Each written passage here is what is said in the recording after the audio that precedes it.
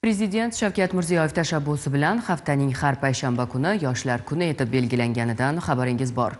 Mazkur tashabbus bu boradagi amaliy ishlarga yanada turtki bermoqda. Xususan, Jizzax viloyatida ham yoshlar bilan ochiq muloqotlar tashkil etilib, ularning taklif va tashabbuslarini qo'llab-quvvatlashga alohida e'tibor qaratilmoqda.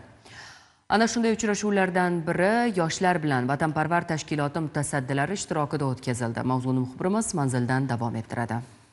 Uchrashuv avvalida yoshlar uchun ko'rgazma tashkil etildi. Unda so'z olganlar yoshlarni vatanparvarlik ruhida tarbiyalash, kasbga qiziqtirish va ularga mamlakatimizda yaratilgan keng imkoniyatlar haqida atroflicha ma'lumotlar berildi. Shundan so'ng O'zbekiston Respublikasi mudofaasiga ko'maklashuvchi vatanparvar tashkiloti Markaziy kengashi raisi tomonidan shahar va tumanlardagi vatanparvar tashkiloti xodimlariga xizmat avtomobillarining kaliti tantanali ravishda topshirildi. Shuningdek, yoshlar bagi, karting va sport mototsikllari kabi poyga avtomobillari, shuningdek favqulodda vaziyatlar boshqarmasi qutqaruvchilari tomonidan zamonaviy maxsus asbob-uskunalar va yong'in qutqaruv texnikasining namoyishi ham o'tkazildi. Bu yoshlarda qiziqish uyg'otib, ularning bilimlari va ko'nikmalariga katta hissa qo'shdi deyish mumkin. Rahbar va yoshlar uchrashuvida yoshlar va ularni qiziqtirgan masalalar yuzasidan samimiy ochiq muloqot tashkil etildi. Unda yoshlarning murojaat va takliflari tinglandi.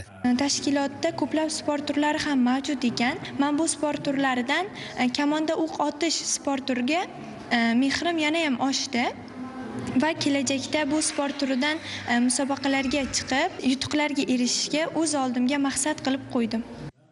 Ma'lumot uchun vatanparvar tashkilotining asosiy vazifalari aholi, ayniqsa yoshlarni mudofaaga tayyorlash, ularni sportning texnik va amaliy turlariga jalb etish hamda ommaviy texnik kasblarga o'qitish etib belgilangan. Juda xursand bo'ldim tashkilotning faoliyati haqida berilgan savollardan.